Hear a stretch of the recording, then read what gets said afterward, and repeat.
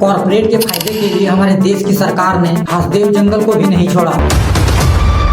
जिस क्षेत्र में माइनिंग होता है वहाँ पे रहने वाले लोगों का हेल्थ प्रभावित होता है। वहाँ का पानी, हवा, खेती सब बर्बाद हो जाता है। देश में अवैध खनन हर साल बढ़ रहा है। कहीं पे बालू चोरी हो रहा है, कहीं पे अबरक चोरी हो रहा है, कहीं पे ट्रक के ट्रक कोयला चोरी हो रहा है। झारखंड, छत्तीसगढ़, मध्य प्रदेश, उड़ीसा, इन राज्यों में करोड़ों लोग माइनिंग पे डिपेंडेंट है। माइनिंग से इनका घर चलता है, माइनिंग के कारण ही इनको रोजगार मिलता है। और अफसोस, माइनिंग की वजह से ही कभी कभी लोगों को अपना जान तक गंवाना पड़ता है। तो भाई आज बात करने वाले हैं इंडिया में चल रहे माइनिंग की और जानेंगे कि आखिरकार इस माइनिंग की वजह से नेचर और आसपास में रहने वाले लोगों पर क्या असर पड़ता है, समझते हैं इस वीडियो में।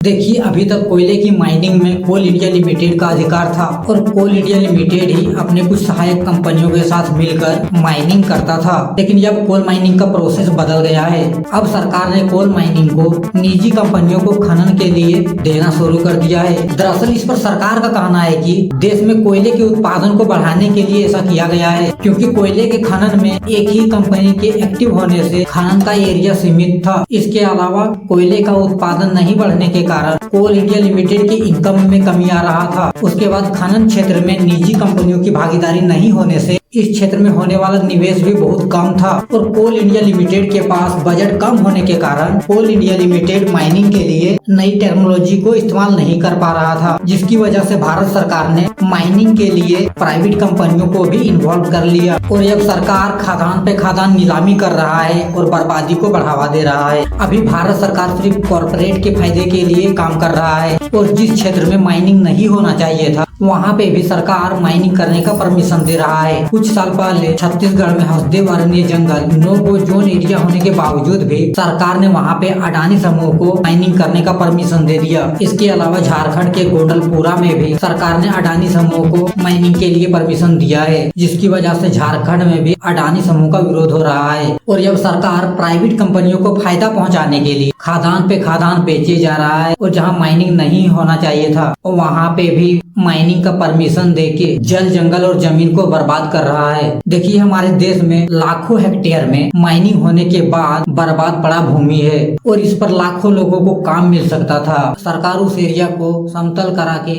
उस एरिया में खेती करवा सकता था, नया पेड़ लगाया जा सकता था, पर्यावरण को बचाया जा सकता था, लेकिन ऐसा होता नहीं है और इसके लिए देश की सरकार और स्टेट गवर्नमेंट जिम्मेदार है। दूसरे देशों में माइनिंग होने के बाद जो कंपनी उस एरिया में माइनिंग करता है उस कंपनी को तब तक दूसरे खादान में माइनिंग करने का परमिशन नहीं मिलता है जब तक वो कंपनी पहले वाले खादान में माइनिंग करने वाले क्षेत्र को पहले जैसा ना कर दे।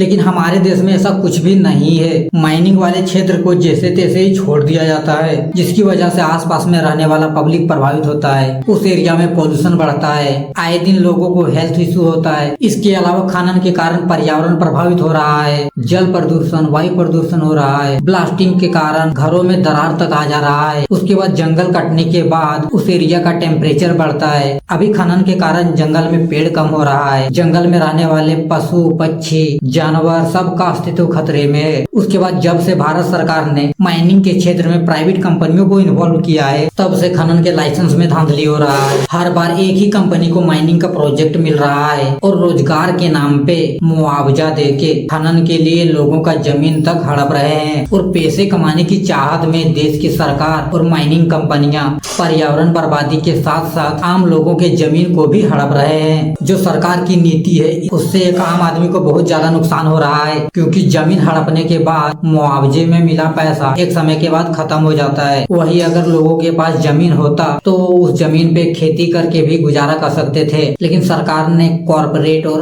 अपने फायदे के लिए मुआवजा दे के जमीन ले रहा है, उससे एक आम आदमी को नुकसान झेलना पड़ता है। देखिए, इस तरह की माइनिंग से कंपनियों को फायदा होता है, नेता को फायदा होता है, पार्टी को फायदा होता है, लेकिन उस एरिया के आसपास में रहने वाले लोग प्रभावित होते हैं वहाँ का खेती खत्म हो जाता है, उन्हें अपना घर तक छोड़ के जाना पड़ता है। लोग घर छोड़ने के बाद कहाँ जाते हैं, कैसे रहते हैं, उनका घर कैसे चलता है, एक नई जगह में बसने के लिए उन्हें कितनी मुश्किलों का सामना करना पड़ता है, देश में इस बात का कोई पता तक नहीं चलता है। जहाँ पे माइनिंग होता है वहाँ का पानी, हवा, पर्यावरण, आसपास में होने वाला खेती, इन पर क्या असर पड़ता है, इसका आकलन तक स्टेट गवर्नमेंट और सेंट्रल गवर्नमेंट नहीं करता है। बस कॉर्पोरेट और नेताओं के फायदे के लिए पूरा विनाश हो रहा है। देश में खनन करने वाले कंपनियों को सिर्फ खनन करने से मतलब है। कंपनियों को हर हाल में कोयला निकालना है। इस खनन के प्रोसेस में कोई बस्ती उजड़े, किसी का घर तबाह हो जाए या पर्यावरण मर जाए, खनन करने वाली कंपनियों को किसी बात का कोई अफसोस नहीं होता। उनको सिर्फ अपने फायदे से मतलब है।